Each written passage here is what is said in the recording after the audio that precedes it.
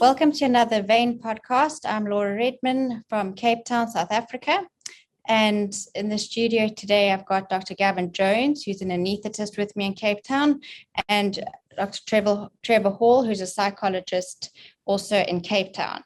And our topic today is on the parallel between sports and medicine in both disease and recovery. So I've asked both Gavin and Trevor to join today because they both are sportsmen. Trevor was a professional rugby player and is now involved in managing sports patients post-recovery, which we'll come to. And Gavin is an Ironman athlete and worked with me, and we've discussed a lot of disease and sports as well. And I think this follows on well from the last podcast, which was on iron deficiency, as we've seen this in medicine, and that was sort of an interest. The patients don't do well if they have nutrient deficiencies or iron deficiencies, worst ICU and post-operative outcomes, as well as death. And that this has been extrapolated to sports people as well. And there seems to be a sort of unbalanced and extreme sport, which is similar to disease, that the body becomes unbalanced with increased oxidative stress and outcomes, or pathology and outcomes are worse. So we've also presented on increased deep vein thrombosis, for example, in athletes.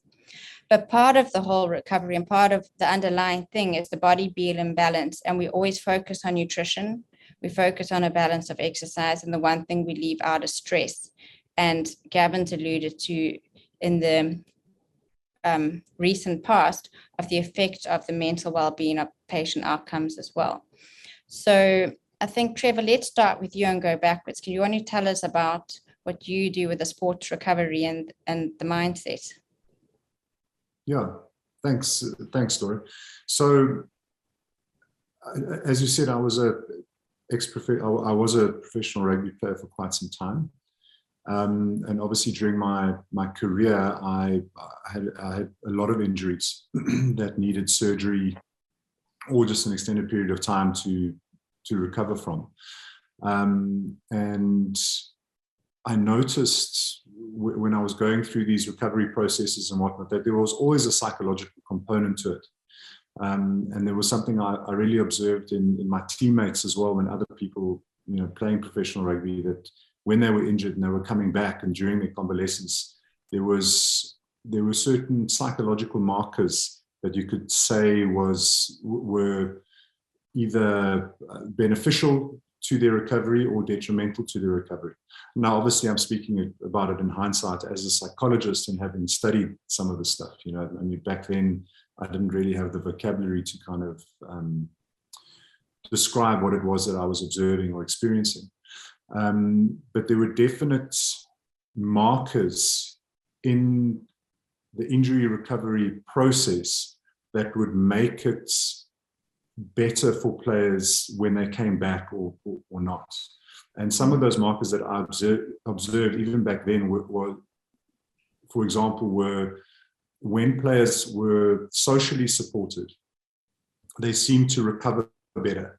And by social support, I mean, if they had family around them, if they had a tight network of, if there was a closeness to friends, if they had people in the team, for example, who were, supportive of them, etc.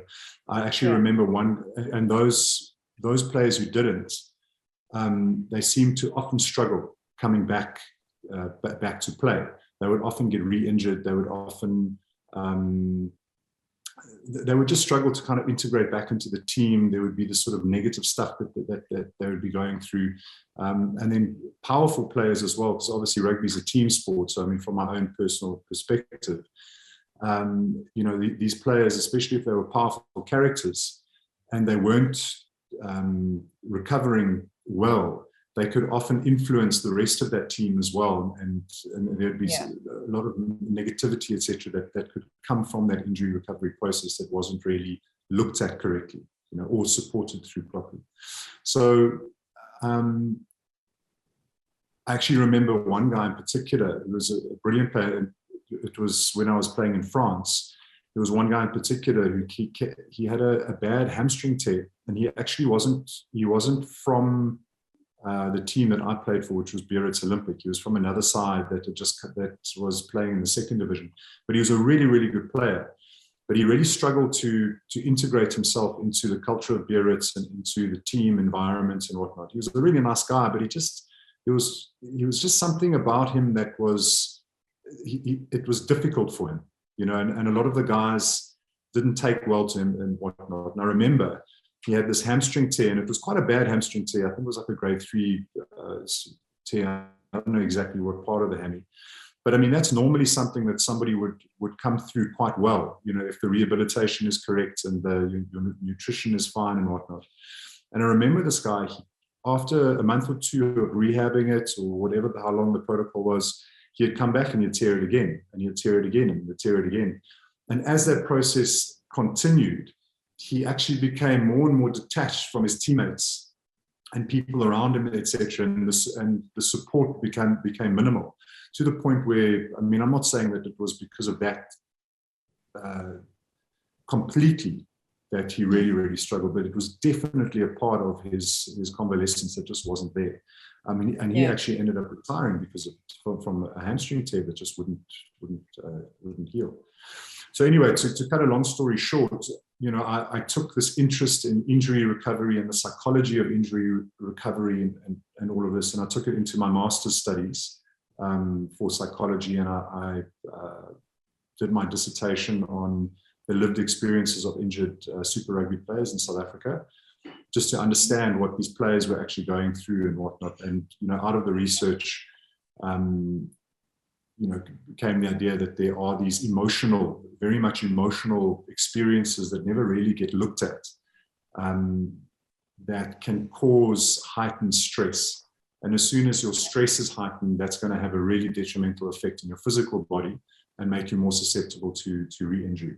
And then off that, I created, once I was qualified and whatnot, I created a group therapy intervention for injured rugby players within the professional rugby, in professional rugby teams, that was directed towards creating social support, talking through from a therapeutic perspective the emotional sides of the rugby injury, a sharing space for people to kind of share, you know, what skills are working for them, what skills aren't working for them, what to look out for. So it was designed around good therapeutic practice from a group perspective. And then what I did from that was I wrote a paper on that actual intervention that was published in the South African Journal of Sports Medicine. And then from there, I developed our online program for injured athletes, active people, exercise enthusiasts, which is based on all of that research, basically. And very simply, it's a 6-week program that somebody who's injured signs up to, goes through, and it supports them through at least the first 2 kind of stages of injury recovery from a psychological perspective. So it's directed towards lessening stress, promoting self-awareness, and that sort of thing. Yeah. So that's where we're at the moment with all of it. Fantastic. I think it's relevant. And Gavin, before I come to you, I'm just going to ask you, do you see a difference in outcome? Because I remember when I listened to your launch and I thought it's quite applicable. So not so much for surgical side on other patients we have, like with obesity, and that it's a mindset or something. So do you see a difference in outcome if it's a professional athlete versus any other sportsman or woman? Yeah, I mean, what we're seeing at the moment, I mean, obviously, and I'm working with a lot of sportsmen as well. I actually work with quite a few triathletes at the moment. So, you know, it's like I'll get a whole lot of rugby players and then work with them, and then triathletes. It's like these sort of groups of people from different sports, you know, spend time with me, and then another group will kind of come through, which is interesting. But I think that the professional side of things, and this is very much just my opinion, based on obviously some research and whatnot, but more my theory about things, is that the professional players seem to, the chances of them recovering well are higher than the amateurs. And I think the reason for that is very simply because of focus. So as soon as somebody is injured in the professional ranks, you've got physiotherapists, well, you've got your doctors, your team doctors who give good diagnoses. There's like a lot of information at the fingertips, in the first week or two, diagnosis, prognosis. You've got physiotherapists who are on board. You've got biokineticists. You've got a whole team, multidisciplinary team, who are there at your beck and call as a professional athlete. In team sports, like I said, there's also the chance that you'll have social support in that team. If your coaches are good and whatnot too, they can really act as social support for the injured player. So it's all there, and there's less stress, I think, involved in terms of the actual what you need to recover. I think there are other stresses, obviously, the stress of, am I going to play again? What does this mean financially?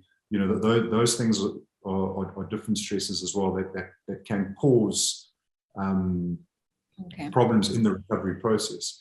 But I think what I've seen with amateur athletes is that the risk of re-injury, I would suspect, would be quite high, because they don't have all of those things have to be looked for on their own. So an amateur triathlete, for example, runner or whatnot, if you tear a calf or hammy, or you do a ligament or whatnot, you've got to find a doctor, who you trust to kind of get a decent diagnosis, prognosis. If you need surgery, you might have to find a surgeon or go through multiple surgeons to make sure that, the surgery that you're getting is the one that you actually feel comfortable with, etc. Okay, thanks, Trev. And I think, Gab, do you want to give some input into what we've been chatting about in theatre recently with the stress-related impact perioperatively? Yes, Trevor, I think you've really opened that holds the stress and emotional component. I think it's bigger than people realize. We all worry about the actual injury or the disease process, but certainly stress. I've always said it's my own little phrase: stress is the biggest killer. And when you're mentally stressed, emotionally stressed, your body releases all sorts of neurokines and inflammatory factors that then affect the blood vessels. And Laura, this is her field of expertise. That causes inflammation, and then it affects different organs: the brain, the heart, the lungs, and kidneys, and that can lead to various disease processes.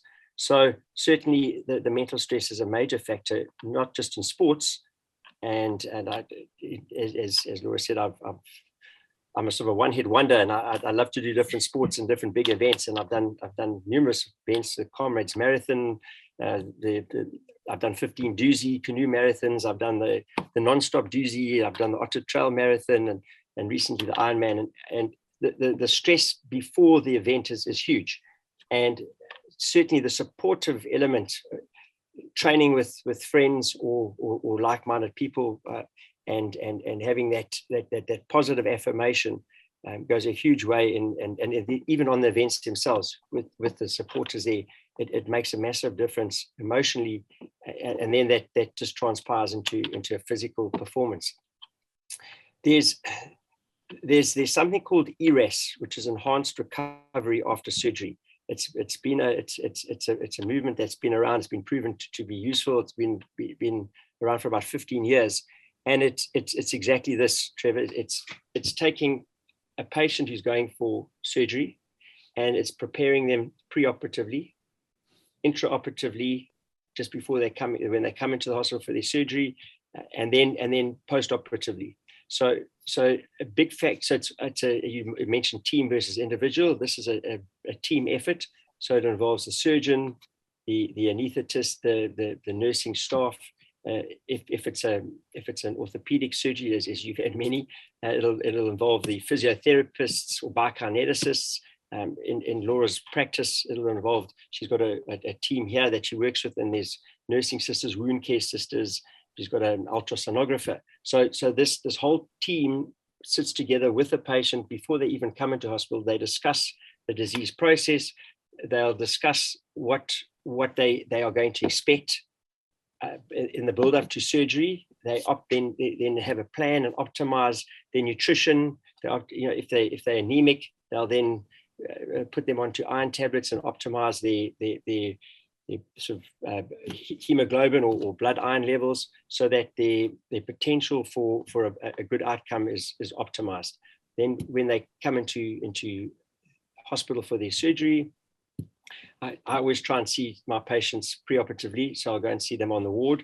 If they're particularly anxious, and we've had some children recently who've had numerous operations, and children can behave differently for each anesthetic, and sometimes they're as happy as Larry and they'll hold the mask and go to sleep, and other times they'll scream blue murder and you're the absolute devil and mom's the devil or dad's the devil, whoever's in there. So sometimes I'll meet with the parents and the children as well beforehand, explain to them what's going to happen, and then discuss the need for a pre-medication. So, and that we use anxiolytic drugs, which then calm, help reduce the mental anxiety and obviously the stress, and then the sort of pre-operative nutrition. So not having, in the olden days, you'd say, well, if you've got surgery the next day, you'd say, don't have anything to eat from 6 o'clock at night, and maybe they'll have surgery the next afternoon. So it'd be 18, sometimes 24 hours where a patient would be starved, and that's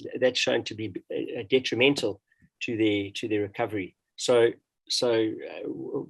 the fasting guidelines are getting tighter and tighter and tighter, and to the point now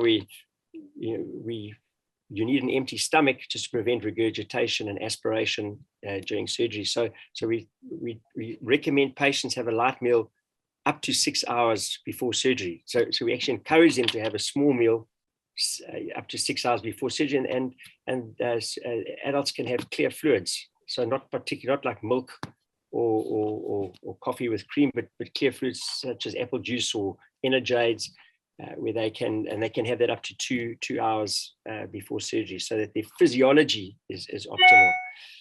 I've seen it with patients that are actually terrified preoperatively, even though I've discussed it, they're just completely anxious about their surgeries, and they young 20-year-old adults for wisdom teeth. I had 3 yesterday, and 2 of them had heart rates above 120.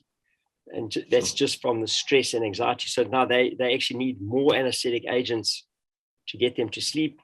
And once they're asleep, after about 3 or 4 minutes, their heart rate comes down and everything normalizes, versus patients that are absolutely calm and relaxed. They need less anesthetic agents. Their blood pressures are more stable. So physiologically, they're better.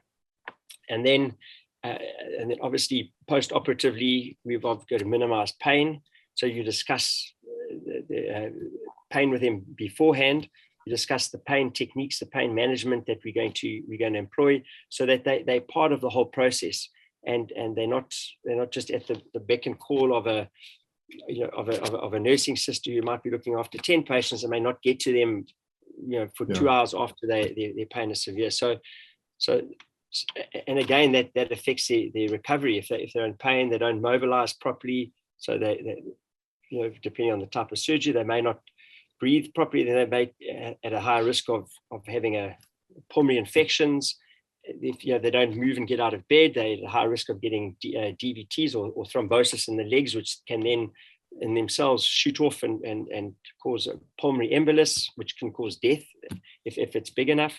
So and then again, just delayed healing and after sort of hip and knee replacements, similar things. So certainly this whole mental preparation and team approach is absolutely critical. And we're going back to the topic of the talk, the parallel between surgery and sports and disease and recovery. And I think there's very much a strong parallel between the two.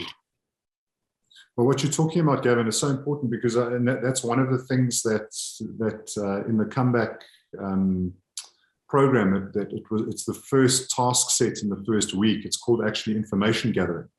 So straight after an injury, we know through research that there's going to be diagnosis confusion and diagnostic anxiety and prognostic anxiety as well. It's exactly what you're talking about. And The whole idea is that the person who's injured gathers as much information as they can about what's happened to them, what they can expect physically, what they can expect psychologically, emotionally, to basically prepare so that they've got, we know psychologically, as soon as there's unclarity about anything in life, it doesn't matter if it's surgery or work-wise, relationship-wise, where there's unclarity and a feeling of not being in control of something, at least, there's stress. If you want to stress somebody out, you just put them into a position where they're uncertain about things.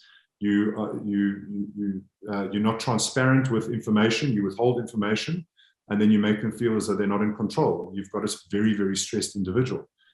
And so that's one of the, with the protocols of injury recovery, especially with sports people and exercise enthusiasts or active people who go through this program. The first week is all about gathering information and then also writing it out, to help process that more. So in my research for generally and for comeback, etc., obviously, I read a lot of peer-reviewed journal articles and whatnot across all, orthopedics, anesthesia, anything to do with surgery. And I came across a few articles that talk about trauma, and because that obviously stress, the way stress manifests, there's some sort of trauma. And psychologically speaking, trauma, I would define it as any event, that takes place or experience that shatters your basic assumptions about yourself and life, and that manifests in a physical response. Stress is not just a mental thing; it's an actual physical response of the body. And a couple of the articles that I read, I actually just stumbled upon, were talking about how the body, even though you might be sedated or in anesthetic, the body still registers that physical trauma that can get taken into conscious life. And I was just wondering what your take is on that, and how you see that manifest sometimes. Definitely, Trevor. So, as I said, I've seen patients coming in with high heart rates, and one of the things we track is an ECG or EKG for the American listeners, and you get a EKG waveform or ECG waveform, and there's how it changes shows that there's stress on the heart, and it's showing that the heart's under strain and may not be receiving enough oxygen, or maybe working too hard for the oxygen it's receiving. And I've seen it with patients under anesthesia. If there's particularly painful stimuli, even though they're not aware of it, they're not aware they're having the surgery, the body can still sense the painful stimuli, and you'll see the blood pressure will go up, the heart rate can go up, and then even the changes on the ECG shows that the heart's under strain. So you've got to correct that. So you've got to give more pain medication that acts rapidly. You maybe have to increase the oxygen, slow the heart rate down so that it's not demanding as much oxygen. So as you asked, even under anesthesia, you can actually see the changes from this trauma. And the trauma would be the surgeon cutting a bone or cutting through skin or pulling on various organs. Even you're in events, and it happens quite often in swimming, and patients will have heart attacks or MIs, and they die. And I think from an Ironman perspective, a training, the biggest fear that most of these athletes have is the swim. And before that swim, I can tell you 90% of them don't want to get into that water. It's their heart rate's up. They get into the water. It's probably fairly cold, and that those athletes who have that sort of a critical, they're sort of on the knife edge with their regular training. They do okay. It's the same as mountain biking. When you're cycling, you're okay. So when you're mountain biking, you're going up a steep hill. I don't know if you probably do mountain biking, but that heart rate shoots up. It's incredible how it shoots up. So you can be fine on an average ride, but as soon as you're going up a steep hill or you're jumping into water and swimming, that heart rate goes up, and you flip over that sort of threshold, from what is an acceptable oxygenation to not acceptable, and the heart then suffers ischemia and then potentially a full-blown heart attack.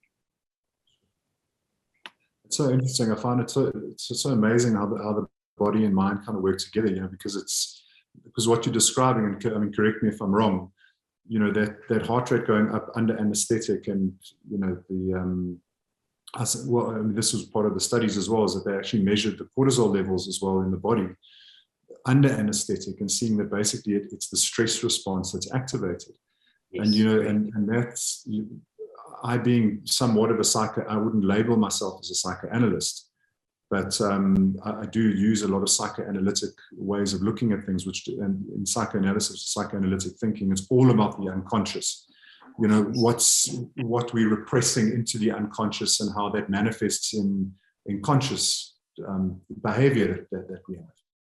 But are you trying to ask if you get a psychological effect from having a surgical procedure, like a trauma that you're under anesthetic and you're experiencing pain, so the body does see that as pain, but Yes. But that's a physiological response?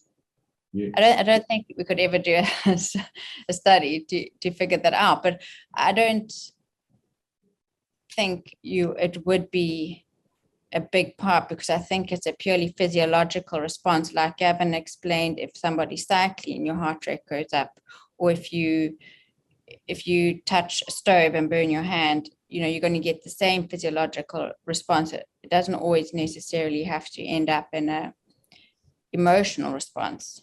You might have more insight there, but. So what's interesting with a lot of these players, and there's been a few, like I said, I've read a couple of studies on it, psychological studies on it, is that, when the body experiences trauma in any way, shape, or form, where that stress response is activated, it can then manifest in different responses and different behaviors later on down the line. So, the registering of pain, for example, can then be overblown. So from a surgery, and this is purely, again, we'll have to look at actual studies that have been done, I'm not too sure. But if there's somebody who's had surgery before, where you're cutting through bone, or you're doing what you need to do in surgery, where there's been that physical trauma to the body, where there might be heightened senses of pain, and the stress response that's activated because of that, because there's a repeated action of pain within the physiological body.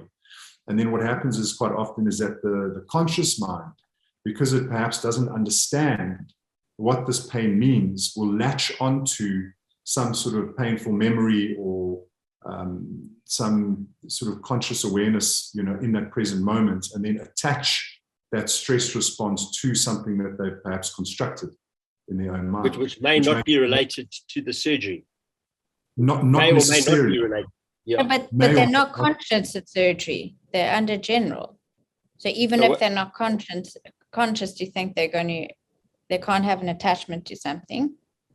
What I think what Trevor's saying is that even under surgery, when there's because surgery is it's traumatic, they don't recall what happens to them under surgery, but the post-operatively, if they experience pain, post-operatively, there is stress on the surgery. But their mind is processing the stress and the stress response to the painful stimuli or the trauma, even though they're not aware of it. They know something's happened. But I mean, I think it's actually an interesting point. Like we have no idea if we cut him, because Gavin will say to me, if I'm changing from endovascular to actually cutting with the blade, he'll say, oh, have you changed procedure because you've seen the blood pressure's gone up, whatever. So we always know that way. And so in theory, yes, the patient's actually feeling pain, and I'm cutting through their skin and tissue with the blade, which is barbaric. And he will just adjust the med, but they're not conscious. So like the fact, it's just, I mean, I'm not arguing for or against, it's an interesting point. Does that actually leave that person with some emotional trauma, even though they're under general anesthetic? I don't know. Well, from the psychological literature, you'd be left with you would have a stress response. So the stress, so whether there's an emotion because there won't be an emotion obviously attached to it while you're unconscious, and there might not even be pain attached to it. But the body will register that stress response.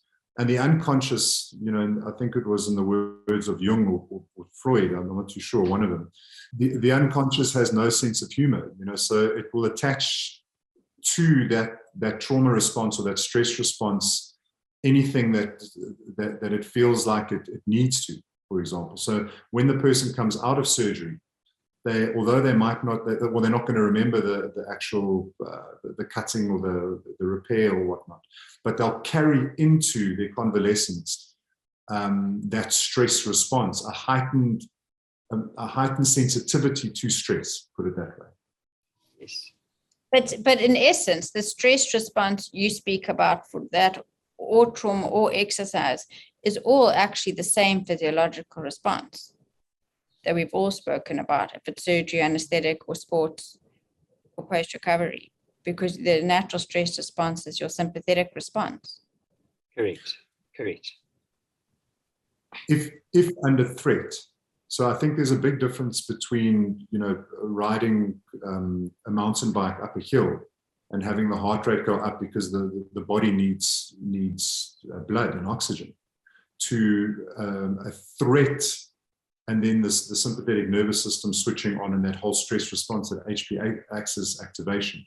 That's very different.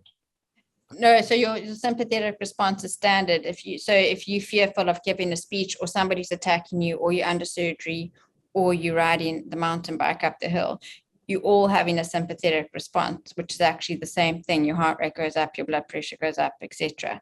But who are the people who end up with a behavioral change or emotional trauma from that? Just people probably who have had fear in the situation or some other element. Well, yeah. So, I mean, as far as I understand, the stress response, it's an evolutionary thing that we've developed over time, or just part of our design to keep us out of trouble and keep us alive. So, if I'm walking in the street and, a car suddenly comes out of nowhere and starts bearing down on me, I'll have almost an immediate response of,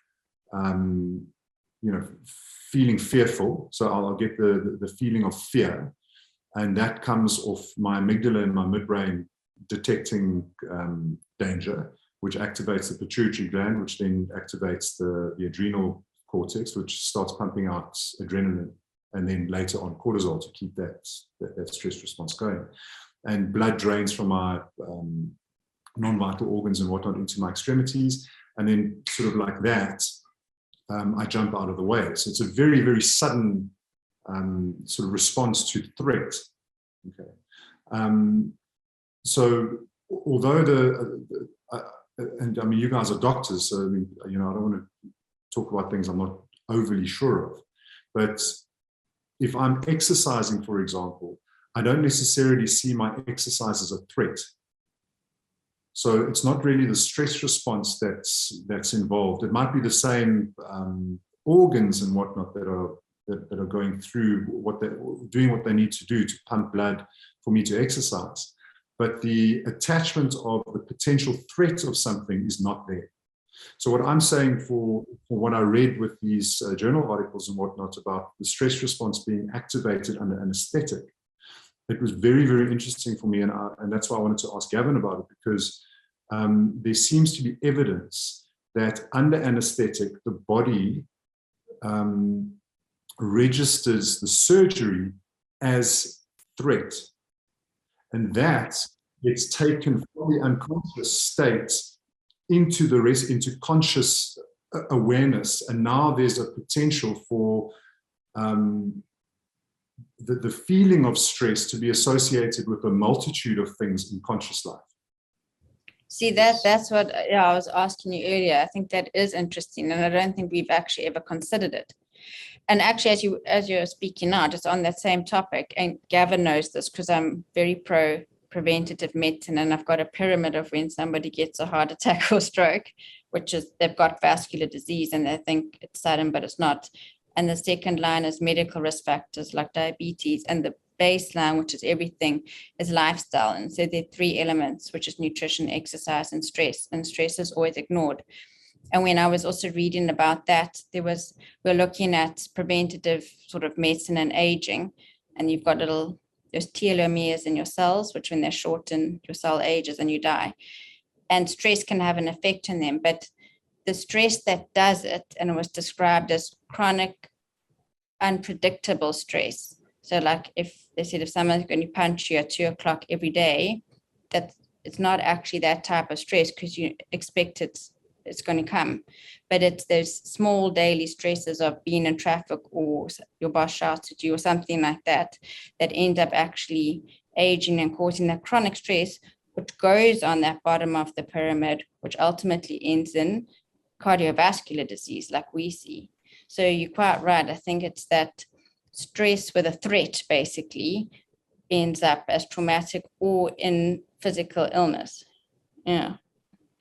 Interesting. It's interesting. Laura, just take heed of that, because every time you shout at me in theatre, and my patients move, it's years off my life. Because you're waking them up through an anesthetic is going to be very traumatic. Gavin does shout in surgery quite often. Pardon? I never shout. Never shout. We'll have to change our theatre to make the patient as calm and comfortable under anesthetic as possible. Correct. You shouted at me, I don't play the right in music. Psychologically speaking, it's also interesting because there are so many things as well that you can do to minimize stress. Once life is stressful, things are going to happen. We actually built to endure stress, which is something to think about. We actually, as human beings, a lot of the time we seek out stress. I mean, playing sports, running, Gavin, doing the stuff that you're doing. I mean, if you strip away the layers of that behavior, you're actually seeking out stress-inducing stuff, and we built to become resilient with it and to withstand it, and to actually profit from it as well. And so there are things that you can do, that people can do to really minimize that stress, especially post-operatively and post-injury. Things like meditation and visualization. I see that there's all this cold water stuff in Cape Town going on at the moment, which is quite fun. And there's a whole community around it as well, which you get the social support too. So, there are all of these things. And like I was saying earlier, Comeback is really designed. What we did was we took after reading hundreds, if not 1,000 journal articles on what benefits people after they've injured, whether it's just injury recovery or post-surgery as well, psychologically. And we saw that